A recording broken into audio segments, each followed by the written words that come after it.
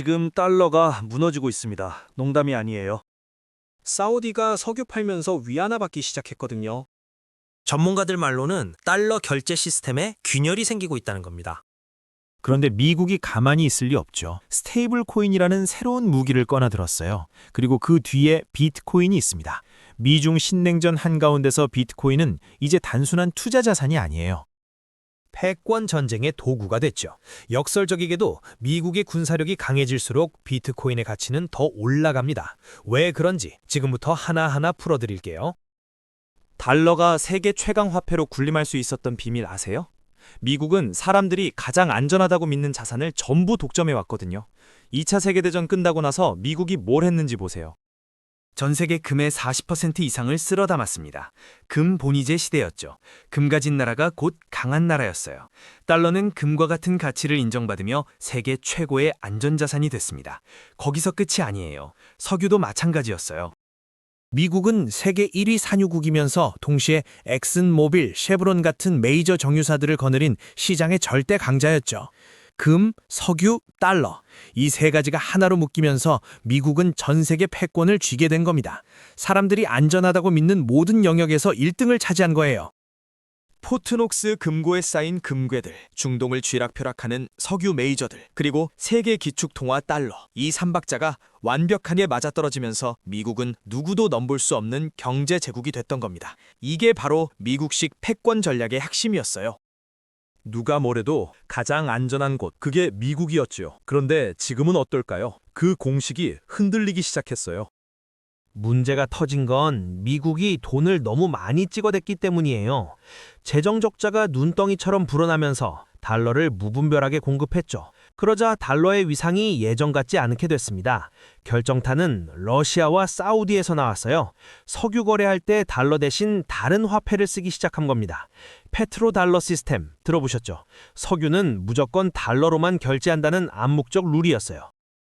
그게 최 10년 넘게 유지됐는데 이제 깨지기 시작한 거예요. 사우디가 중국한테 석유 팔면서 위안화 받는다? 이건 상상도 못할 일이었거든요. 금 보유량도 마찬가지예요. 예전처럼 미국이 압도적이지 않아요. 중국, 러시아, 인도 이런 나라들도 금을 계속 사모으고 있거든요. 미국이 세계 최고의 국부를 관리한다는 상징성이 점점 희미해지는 겁니다. 달러 패권의 두 기둥이었던 석유와 금이 동시에 흔들리니까 미국 입장에서는 위기감이 극에 달했죠. 새로운 전략이 필요했어요. 그래서 눈을 돌린 게 디지털 자산입니다. 미국이 선택한 해법은 스테이블 코인이었어요. 달러의 힘을 디지털 세상으로 확장시키는 거죠. 원리는 간단합니다. 스테이블 코인의 가치를 달러와 1대1로 연동시키는 거예요. 그리고 미국 정부가 이걸 공식적으로 승인하고 관리하는 겁니다. 그럼 뭐가 달라지냐고요? 온라인상에서 벌어지는 모든 결제의 주도권을 미국이 계속 줄 수 있어요. 물리적인 달러 지폐는 안 써도 디지털 달러는 쓰게 만드는 거죠. 이게 얼마나 똑똑한 전략인지 아세요? 금융 패권과 디지털 패권을 동시에 잡는 겁니다. 사람들이 암호화폐 쓰고 싶어 하잖아요? 그럼 달러 기반 스테이블 코인을 쓰게 만드는 거예요. 결국 달러 생태계 안에 머물게 되는 겁니다. 테이버, 서클 같은 스테이블 코인 발행사들 보세요. 전부 미국 기업이거든요. 미국 정부 입장에서는 이들을 철저히 관리하면서 디지털 금융의 표준을 만들어가는 거죠. 앞으로 미국은 스테이블 코인을 국가 차원에서 가장 중요한 전력 자산으로 키울 겁니다. 이미 그렇게 움직이고 있어요. 그런데 스테이블 코인이 달러하고만 연동되는 건 아니에요. 금이나 석유에 연동된 스테이블 코인도 있고 비트코인 기반 스테이블 코인도 나오고 있거든요. 여기서 핵심은 이겁니다. 미국이 지금 전 세계에서 비트코인을 가장 많이 보유한 국가 중 하나라는 거예요. 정확한 수치는 공개 안 되지만 미국 정부와 기관들이 쌓아둔 비트코인이 어마어마하다는 건 공공연한 사실이죠. 자, 이제 그림이 그려지시나요? 미국이 대량으로 보유한 비트코인을 기반으로 스테이블 코인이 유통되기 시작하면 어떻게 될까요? 미국의 영향력은 더 커질 수밖에 없어요. 과거에 금 보유량으로 패권을 잡았던 것처럼 이번엔 비트코인 보유량으로 디지털 패권을 잡는 겁니다. 미국 정부 내부에서 이미 이런 논의가 활발하게 진행 중이에요. 가상자산 시장을 규제로 짓누르는 게 아니라 오히려 이걸 국부를 늘리는 기회로 활용하자는 거죠. 그래서 요즘 미국 정치권이 비트코인한테 우호적인 겁니다. 단순히 표 때문만이 아니에요. 국가 전략이 바뀐 거예요.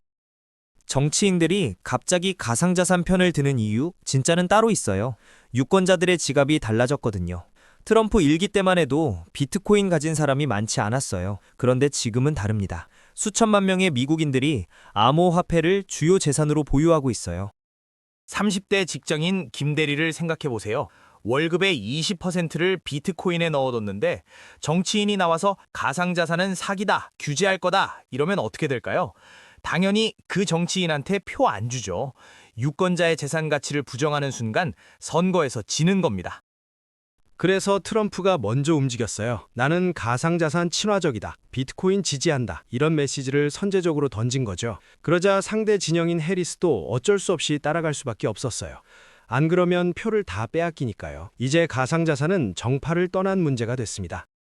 민주당이든 공화당이든 유권자 표를 얻으려면 반드시 수용해야 할 정치적 필수 요소가 된 거예요. 자산이 곧 표심이 된 시대입니다.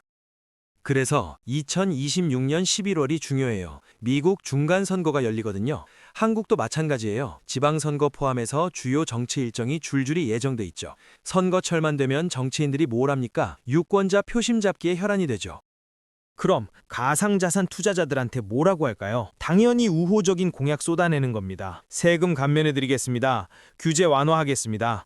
가상자산 산업 육성하겠습니다. 이런 메시지들이 쏟아질 거예요. 이미 한국만 해도 수백만 명이 가상자산 시장에 들어와 있잖아요. 전 세계적으로도 마찬가지고요. 정치인들이 이 표를 무시할 수가 없어요. 그러니까 정책적 지원은 더 강화될 수밖에 없습니다. 투자자 입장에서는 이걸 주목해야 해요.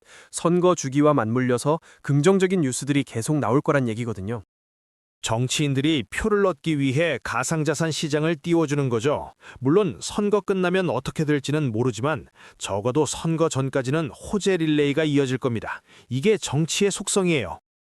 달러 강세가 비트코인한테 악재라고 생각하시나요? 꼭 그렇지만은 않아요. 일반적으로는 달러 오르면 위험 자산이 빠지는 게 맞죠. 그런데 비트코인은 좀 다릅니다. 왜냐하면 전 세계 가상자산의 가치는 기본적으로 달러로 측정되거든요. 국제 시세도 전부 달러 기준이에요. 비트코인 사려면 결국 달러가 필요하다는 얘기죠. 달러 가치가 오른다는 건 뭘 의미할까요? 비트코인의 가치를 평가하는 기준 자체가 변한다는 겁니다. 달러 가치가 10% 오르면 비트코인도 달러 기준으로 더 높은 가격을 받을 수 있어요. 게다가 달러와 비트코인이 동시에 안전자산으로 인식되기 시작하면서 묘한 시너지가 생겼어요. 달러 강세가 오히려 비트코인 수요를 함께 끌어올리는 거죠. 글로벌 불확실성이 커질 때 사람들이 어디로 갑니까? 달러라고 금으로 가잖아요. 이제 거기에 비트코인이 추가된 겁니다. 달러 가치 변화는 단순한 환율 문제가 아니에요. 비트코인 시세를 측정하는 자 자체가 늘어나거나 줄어드는 거거든요. 이 관계를 이해하면 시장이 다르게 보입니다.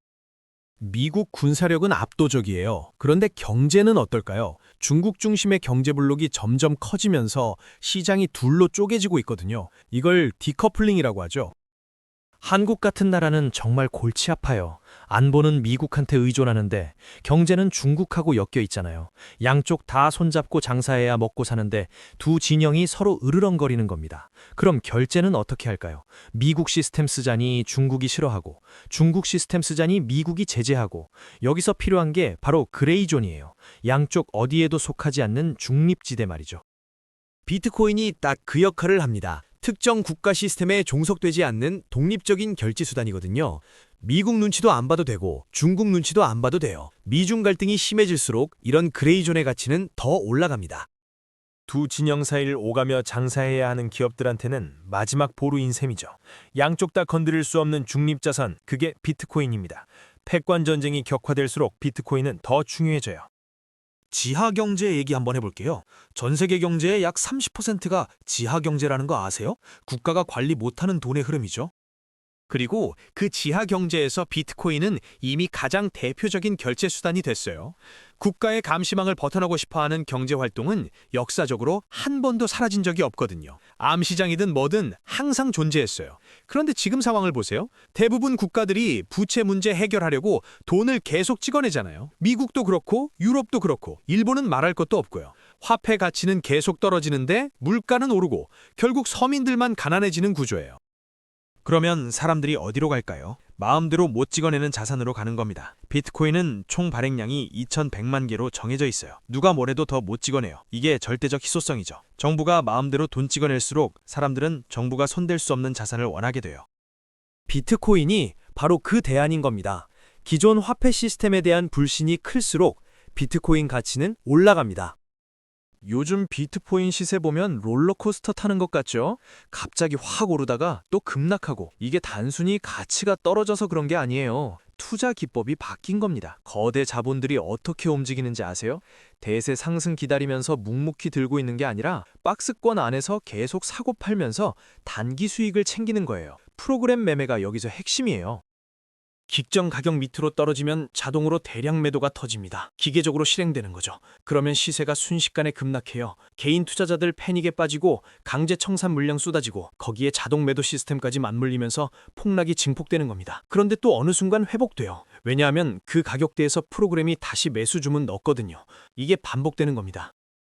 오르락내리락 박스권 장세죠. 시장이 망가진 게 아니에요. 매매 패턴이 바뀐 거예요. 이걸 이해 못하고 변동성만 보고 겁먹으면 손해보는 겁니다. 기술적인 변화일 뿐이에요. 이제 정리해 볼게요. 미국과 중국 중심으로 경제 시스템이 완전히 양분화되는 건 이미 정해진 미래예요. 거스를 수 없어요. 그 속에서 스테이블 코인과 암호화폐는 각 진영의 결제 시스템을 보완하거나 생태계를 넘나드는 핵심 수단이 될 겁니다.